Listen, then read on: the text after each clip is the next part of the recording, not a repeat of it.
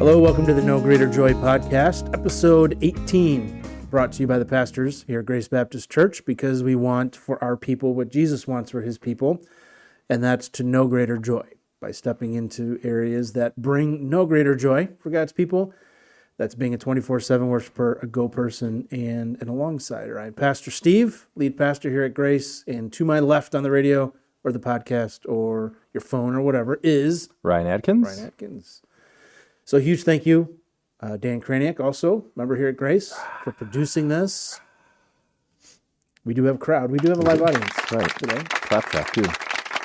So there it is. All right, they're alive. It's kind of like a church service. You got to prompt the clapping and the response. So, no. All right, so we're talking about being an alongsider. In fact, we've been talking, kind of exploring that theme over the last number of different episodes that we have. It's reflective of our theme for the year 2022 here at Grace, being bound together. What it means to be an alongsider, just we're intentionally building relationships with other believers for the expressed interest of each other's spiritual growth. So we're in the book of 1 Samuel on Sundays, and we want to explore a relationship in this episode. Really, I think what we're going to explore, it's kind of cool to see individuals in the scriptures and just to see they're real people. Mm-hmm. And we want to look at a friendship between Jonathan and David. But, first of all, Ryan, do you have any friends? Have you ever had any friends? Any close, good friends? I've had a few throughout my years. Younger years, a kid named Eric comes to mind, lived down the street from me. We were kind of just ran around together all summer long, throughout the school year, walked to school together, rode bikes to school together, all those sorts of things. But I'll say that my relationship with him was not on par with what we see from Jonathan and David. Yep. I wasn't saved at that time, and so it was merely just a friendship. The foundation of our friendship was just shared interests and proximity. The fact that we lived 4 houses apart kind of set the tone for that friendship. Yep. Yeah, I had a school-age kid down the street. There weren't a whole lot of Christians in our neighborhood, but their family was one of them. His name was Andy Walker. So we would ride bikes, play G.I. Joe. So our yard had a ditch right along the street. And so we would situate all of our men and all of the equipment and the vehicles and everything. And we would play out in the front yard. But in high school is when I probably had my closest group of friends. There's 2 other guys, the 3 of us. And we were all believers. We were in the same youth group together. We went to 3 different high schools. But weekends, youth group activities, that kind of stuff, we were always together. They became very close. In fact, we had a name for ourselves. We were called the Dove Brothers. The Dove Brothers. The Dove Brothers, because there was a little business size card that I think was like an evangelistic type card that you would hand out. Like a mini tract kind of? Yeah, but it was just a single-sided, business size card, really. And it had some kind of character quality on it, and it had 3 doves. And somebody said, "Hey, it's like you 3 were you're like these doves." So we became the Dove Brothers. Nice. And so all kinds of crazy memories. I won't wax eloquent right now about all the crazy stuff we did, but very close. I mean, we were best friends and shared a lot of things. It was really, you look back at it and I was like, man, this was great. Mm-hmm. Eric, Trevor, myself, and one of those guys, Trevor, is now my brother-in-law, so he married my sister, which was interesting. But that's another podcast. Yeah, topic for another day. And I want to say this with my relationship with Eric. So even though me and my family, we weren't believers, and I wasn't a believer at the time, he and his family, they were. And so every opportunity they could, it was, hey, come with us to VBS. Hey, come with us to this event. Hey, come with. So I was attending different events with them, and these seeds were being planted. And so just if you have a best friend that's not a believer. Don't give up. Just keep planting those seeds, keep inviting them along. Just thinking through as you're talking about what you were doing with your friends, that kind of came to mind with his family.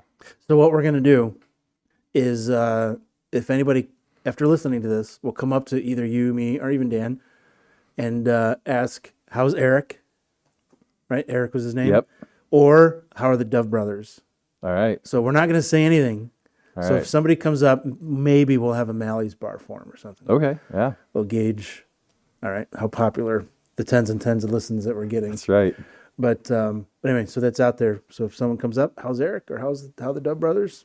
We'll hunt down a Mally's bar for him. Sounds good. But we want to talk about this relationship between Jonathan and David. Obviously, we're going to explore it as we're studying through 1 Samuel. But I think there's a lot that we can identify with and learn and what it means to be an alongside-er within the context of a friendship. So we just want to highlight the four main moments between David and Jonathan and in their friendship and really the closeness that they have with each other and how that can be a model for our friendships.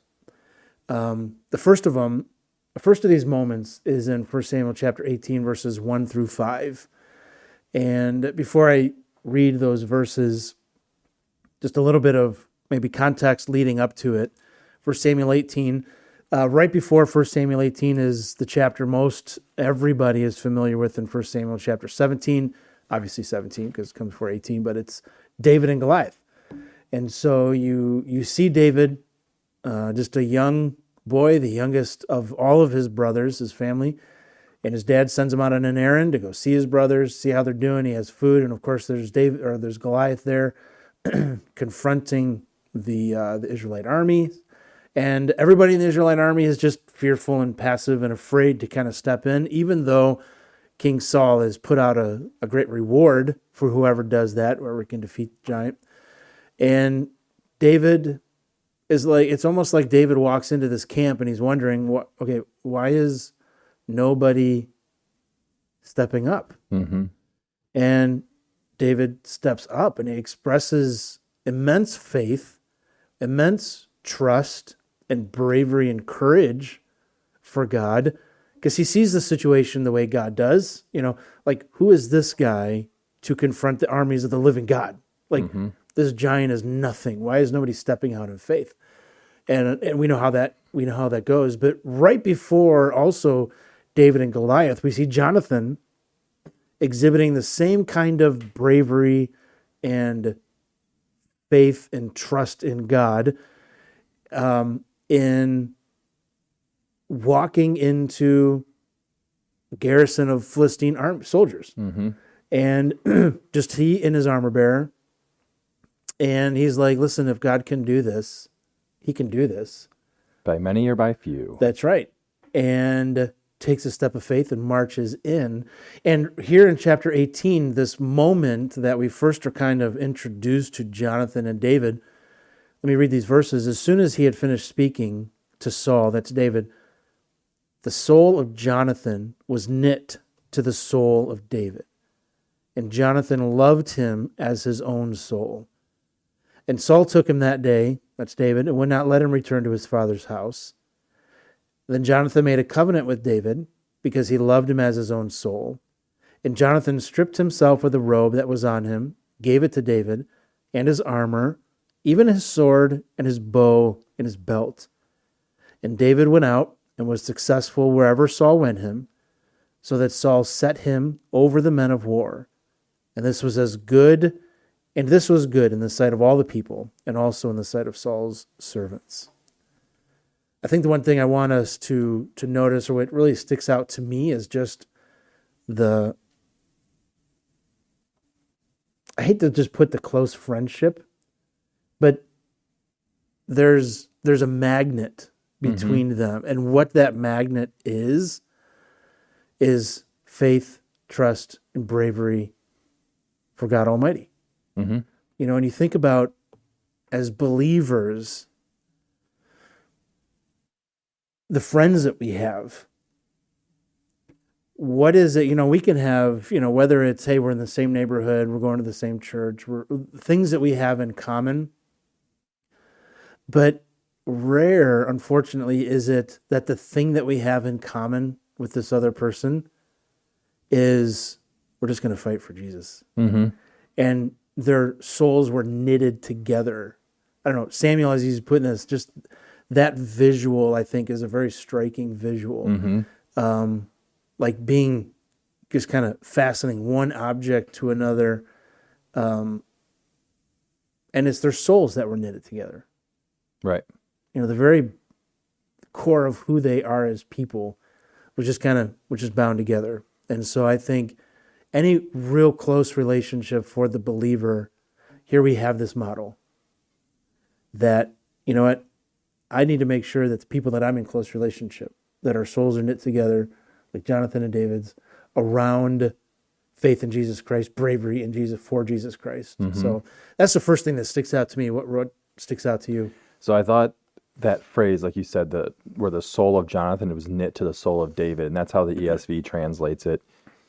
Just that picturing two threads being woven together in such a manner that they can't be pulled apart. And then I thought it was really interesting just thinking through our theme for the year. In another translation, the CSB, it's that Jonathan was bound to David in close friendship. Mm-hmm. And just I thought that was kind of cool how that really ties into our theme of being bound together as a congregation this year. But I think the takeaway lesson I had was that God has created us to be in close relationships with others, to need their companionship, to need their help, it's not just about the accountability, but really it's those that are, like you said, they're fighting for Christ. They're fighting for God. That's the foundation, that strong of a faith that these two men showed, that becomes the foundation of these great relationships. And it's really what biblical best friends, biblical besties should look like. There it is. I like it. Biblical besties. The old BB. Yeah. And we're not talking about Bruce Berger. Bruce, if you're listening, hey. God bless you, brother. It's not shared hobbies, shared interests like we had, what I had with Eric growing up. It's really each person looking for the other person to help them grow in closeness to God. Well, and I think it's, friendships are reflective of the commonalities. Correct. I think that's just the way God has designed things. But I think what we're seeing here is that most of the time, unfortunately, our friendships are bound together by commonalities that are temporary. Yes. And so when those things end, friendships end. Yep. Not in a negative way. Yeah, they end with it. That's right. But what we're seeing here, and I think what we long for is, listen, there's a commonality here, but it's eternal. Mm-hmm. And Jonathan, that was one of the things, one person's initiating it. Right. And I think that's an okay thing. Sometimes we're like, oh, I don't know. What if it's not mutual? Jonathan just goes after David, and he sees it. And initially it's a one-sided thing. And I think that's okay. Mm-hmm. Because, he's giving him his robe, his bow, his belt, his sword, which there were only two swords in Israel. Jonathan is giving one of them to David. Mm-hmm. Probably more symbolic than anything. But Jonathan's initiating that. He sees the eternal commonality and initiates this friendship. So, yep. Let's keep going. What's the next moment? All right. So next moment, going to continue moving through 1 Samuel 18 and get to our next moment is the beginning of chapter 19. So if you join us, verse 1, and Saul spoke to Jonathan, his son, and to all his servants, that they should kill David. But Jonathan, Saul's son, delighted much in David. And Jonathan told David, Saul my father seeks to kill you. Therefore be on your guard in the morning, stay in a secret place and hide yourself. And I will go out and stand beside my father in the field where you are, and I will speak to my father about you. And if I learn anything, I will tell you. And Jonathan spoke well of David to Saul his father, and said to him, Let not the king sin against his servant David, because he has not sinned against you, and because his deeds have brought good to you. For he took his life in his hand, and he struck down the Philistine, And the Lord worked a great salvation for all Israel. You saw it and rejoiced. Why then will you sin against innocent blood by killing David without cause?" And Saul listened to the voice of Jonathan. Saul swore, "As the Lord lives, he shall not be put to death." And Jonathan called David, and Jonathan reported to him all these things. And Jonathan brought David to Saul, and he was in his presence as before. And so, following the moment we just talked about in 1 Samuel 18 at the beginning of the chapter, throughout that chapter, we see Saul's jealousy of David growing, getting the best of him, and that eventually turns him to fear David. And I think that was because he knew that the Lord was with him. And so David increases in his military success as that time goes on. This endears him to the Israelites, and even says that his name was highly esteemed in verse 30 of chapter 18. And so we see Saul kind of giving in to his jealousy and his fear in ordering that David would be killed. And it's really interesting. I thought three things that kind of jumped out is that Jonathan questioned Saul's desire to kill David and gave him three reasons why he shouldn't. And so he reminded Saul that David had not sinned against him. He reminds Saul that David's actions have been advantageous to him, Saul being, and three, that killing David would be shedding innocent blood. And I thought it was interesting that Saul listens to Jonathan, swears an oath not to kill David, which we know he'll go back on, or attempt to go back on. And then we see this friendship kind of continue as Jonathan relays the oath to David and re-enters, and then David can now re-enter into Saul's presence or service. I think the lesson that really jumped out to me is that true friends are not swayed by self-interest, and that this biblical friendship that we see between Jonathan and David, that they're willing to help one another even if they have to make personal sacrifices to do so. And as I was reading on this and studying on this, I came across a Warren Wiersbe quote, and he said, "Had Jonathan been a selfish man, he could have helped to eliminate David and secured the crown for himself. But he submitted to the will of God and assisted David." So he didn't let his personal ambition distort his role in the will, his aligning of his life with the will of God and what his perception of David was. I think that's a good observation, because one of the things that, even in the previous moment that we were talking about, Saul, King Saul didn't let David leave, kept him near him. In chapter 14 of 1 Samuel, we see Saul as he's beginning his reign. What's it say? He attached himself to kind of any man that showed any kind of valor. Mm-hmm. All these valiant men, Saul attached them to himself. So he I think, knowing Saul, there's probably a huge amount of insecurity inside him. Mm-hmm. And so I'm going to put all these men around me. And so David's just another one of those men. I think for the very thing that you're observing here is because David could do something for Saul. Right. Jonathan attached himself to David, not because of what David could do for Jonathan. Right. And too often, and so things break down between Saul and David when Saul feels threatened. Mm-hmm. When David is no longer doing what I need David to do. Yep. I think too many of our friendships are that way, where they just kind of, we're in these relationships, and when the other is no longer doing for me what I need, we just kind of discard. Mm-hmm. And that seems to be going on with David and Jonathan, or David and Saul, but not David and Jonathan. Right. And the thing that's along those same lines with you in this lesson from this is, I think a good friend and this alongsider, you're going to jump into the mess. Yeah. Yep. For your friend, for their good and for God's glory. Mm-hmm. Jonathan's appealing to truth. And he's appealing, don't sin against David. There's no reason to sin against David. Mm-hmm. So for God's glory and for God's good, you know what? I'm going to jump into the mess. Yeah. Jonathan didn't choose it, but now all of a sudden, man, I gotta stick up for my friend with the king. Yeah. He's essentially challenging Saul in that moment.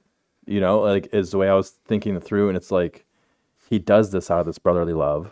and he kind of sticks his neck out there and sticks his nose in it that, no, like, you really shouldn't do this. And Yep. here's why. Yep. And like a good Baptist, he gave him 3 reasons why, There you go. And so And we could probably alliterate him if we tried hard enough. that's right.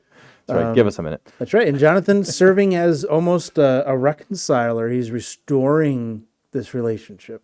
Yep. So the third moment that we want to highlight is just in the next chapter, but there's a lot that's going on in chapter 20, and I'm not going to read the whole thing, but it's interesting after this restoration that Jonathan orchestrates is really just momentary. It doesn't last very long because David is continuing to have success in fighting for Saul against the Philistines. David is getting recognition, but David is also serving the king. He's playing his instruments to bring calm. And, Samuel records that, the Lord sends a harmful spirit. And before David knows it, he has a spear flying at him, try to pin him to the wall. And, we read that, we're like, oh my God, like that. Could you imagine being in David's shoes? Like playing your lyre, Playing your harp, lyre, that's right. And all of a sudden, That's right. guess that was the wrong song. That's right. I thought I was restored with this man. And really at this moment, David just begins to flee. And he's trying to escape. He's literally running for his life. And who does David go to? He goes to Jonathan. Like, what have I done? What wrong have I done to your dad? And he's honest with him. He says, there's but a step between me and death. I mean, your dad is about to kill me. And, and he's on the run, going different places. But I love what Jonathan, in the context of this, he's talking to Jonathan. Jonathan almost is like, no, there's no way. My dad tells me everything. He's not told me that. And David is just like, listen, no, I'm about to die. Your dad is going to kill me. And Jonathan, just to say, listen, whatever you need, I'll do. Whatever you say, I will do it for you. And they make this vow between families. They make a vow of just steadfast love. And then we have this scenario that David and Jonathan kind of come up with. David, there's going to be a series of meals. David doesn't want to be there in the presence of the king for obvious reasons, and tells Jonathan that, let the king know when he realizes that my seat's empty, that I've requested to go to Bethlehem to make a sacrifice with my family. And so they get to the first night of the meal. Saul sees David's empty seats, just thinks, well, maybe he's just unclean, and so he has to stay home. Second night, something's up. Third night, something's up. He starts to get angry, and he's like, where is David? Jonathan tells him where he is, that he requested, and I gave him permission. And then Saul makes this incredible accusation that is like, you're on David's side. Yeah. Against Jonathan. Yes. Yeah. You're on David's side. You're not on the king's side.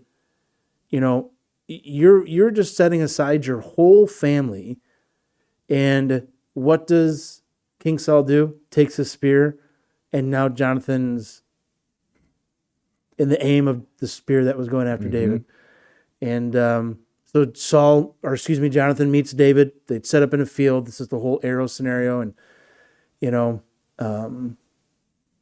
if they were to shoot it, and he shoots at a certain distance and sends the young boy to go out and get him and bring him back, they both know, like, listen, it's not safe for you.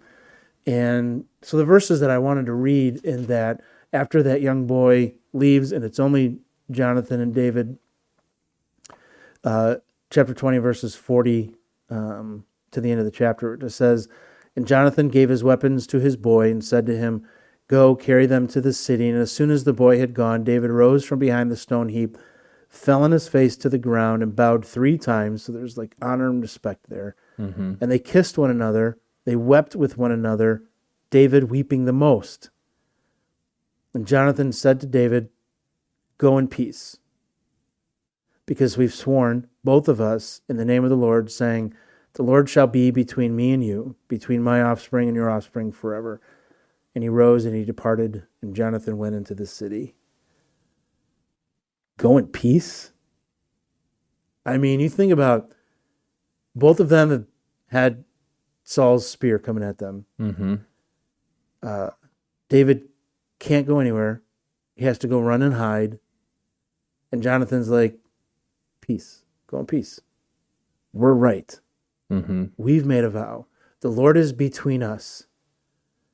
If there's a lesson at all in that, it would be, I think, in these friendships, there's just this constant pointing toward these higher covenants and promises,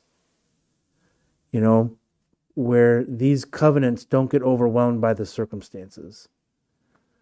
And, he's like, listen, yes, you're going to go on the run. We may never see each other again, but there's peace. You can have peace. Go in peace. Anyway, what are your thoughts on that? I was just thinking through like my takeaway lesson, and it's such a long chapter. There's so much going on that I like struggled to like, what is the one? And I kind of landed on that these friendships, that they last through thick and thin. Yeah. It'd been very easy for Jonathan to have turned on David once that spear went past his head. Like, this isn't worth it. I'm Yes, not taking your spear. Are you kidding me? And unlike what you were saying a moment ago with Saul, where once the transactional nature broke down of what I need from you, I'm not going to get, therefore away with you, that doesn't happen in the friendship between Jonathan and David. It lasts thick and thin. And then, like you said a moment ago, that these relationships, they point us back to the promises, the covenants that we have with God. Yeah, it's those things that keep relationships going. And I think we see it oftentimes when we've developed friendships and maybe our contexts have changed. Mm-hmm. But whenever we visit those people again, it's like nothing's changed. Right. It's like you haven't missed a day. That's right. Because you're just bound and knit together by eternal things. And even though the state that we're living in has changed, even though any number of different changes, when you get together and your hearts are still knit together because you're knit to Jesus and you're about the eternal things and the eternal covenants and the promises and this plan that God has, that you find yourself, you're both a part of this plan, it's like that never changes. So it's like nothing's ever changed. Right. And these good friends just keep drawing each other's attention back to that. Now, it doesn't erase the difficult understatement, Right. circumstances that David's in. And it really kind of leads us to this last moment, a few chapters later. Yep. David literally is on the run. Yep. And as you read chapters 21 and 22, you're going to see, he is bouncing from city to city, place to place. And wherever he goes, there's always a person that's rooting him out. Yeah. Like sending word to Saul, David's here. David's in this area. He's in this forest. David even gets to a city called Keilah, and that city's being attacked by the Philistines, and he saves them. So naturally he's thinking, all right, maybe I can be safe here for a while. If I saved them, maybe they'll protect me. And then he hears word that, once again, somebody in that city sends word to Saul, hey, David's in Keilah. And David inquires of the Lord. He asks God, like, are these people going to turn me over? And God says, yes, they are going to turn you over. So what does he do again? He flees. But I love what happens after he flees that city. Chapter 23, verses 15 to 18. David sees that Saul had come out to seek his life. David was in the wilderness of Ziph at Horesh. And then what happens? Jonathan, Saul's son, rose and he went to David at Horesh, and he strengthened his hand in God. And he said to him, don't fear, for the hand of Saul my father shall not find you, but you shall be king over Israel, and I shall be next to you. Saul my father also knows this. And the two of them made a covenant before the Lord. David remained at Horesh, and Jonathan went home. That's an awesome moment. Mm-hmm. Jonathan's biblical bestie is on the run. Jonathan is probably fully aware that, man, these people keep turning David in. Mm-hmm. And Jonathan goes and finds him. Jonathan finds him, Saul can't. Right. I think that's an interesting, Yep. it has to be of the Lord. That God has brought about this relationship.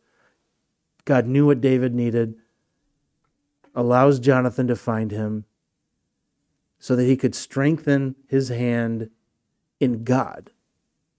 I think that's what stuck out to me is like, Mm-hmm. you know, these biblical friends, this biblical friendship.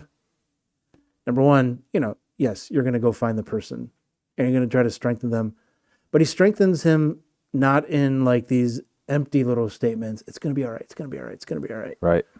No, he's points his direction to God, Mm-hmm. and he strengthens his hand in who God is. And I love what he says. You're going to be king. Yep. The cultural heir to the throne is saying, David, listen, my dad, it can't do anything to you because of who God is and his promise on your life. My dad can't do anything. So don't fear, strengthen your hand in God. And I'm going to be right next to you when you're king. Yep. That's huge. I don't know. I Mhm. think that's a great moment. What sticks out to you as you think about this? Just that Jonathan's love and respect for David could allow him to do just what you just said, where he is the cultural, next in line to this throne. But his love and respect for David and for God really has allowed him to willingly accept this, what would eventually be a subordinate role, to come in as David's second in command, and to kind of give up without any sort of resentment, without any sort of jealousy, just trusting that God's will and God's plan is the right one. And then the takeaway of all of it, I thought, was that, we really have to offer others who are going through a difficult time just the reminder of who God is. And it really works well if you're speaking with a believer. But if you're not speaking with a believer, it's perhaps an opportunity to evangelize in that moment and kind of point them to who God is. And it may not be reminding them of who God is, but telling them of who God is, and just the promises that we have through Jesus Christ. Yep. I think one of the things that also I wanted to mention, I have written down here before we wrap this up. Jonathan's like, Saul knows that you're going to be king. Like he knows it. I Yeah. know it. He knows it. Saul's fighting against God's will for your life. I'm with you. I'm not going to fight against God's will. In fact, I'm going to embrace it. I'm going to. So as I was finishing up my study, Psalm 27 jumped to my mind, where David is writing. He says, "The Lord is my light and my salvation. Whom shall I fear? The Lord is the stronghold of my life. Of whom shall I be afraid? When evildoers assail me to eat up my flesh, my adversaries, my foes, it is they who stumble and fall." And then skipping a verse and jumping back in verse 4, "One thing have I asked of the Lord, that will I seek after, that I may dwell in the house of the Lord all the days of my life, to gaze upon the beauty of the Lord and to inquire in his temple." I just thought it was just thinking through David's life and what's going on with his friendship with Jonathan and how Saul is pursuing him in these different moments. And it's really the Lord that is his light, his salvation. And Jonathan is really just reflecting that. Yep. Maybe Jonathan, little part of that inspiration in Yep. writing Psalm 27. Yep. So well, I think it's a good way to wrap this up, and truly hope for everybody who's listening, for all of our people at Grace, that they have a biblical bestie, Yep. a Jonathan David type friendship. And the moment you have that that recognition of an eternal bond, go after it Yep. and don't let it go. Yep. All right. God bless. Have a great day.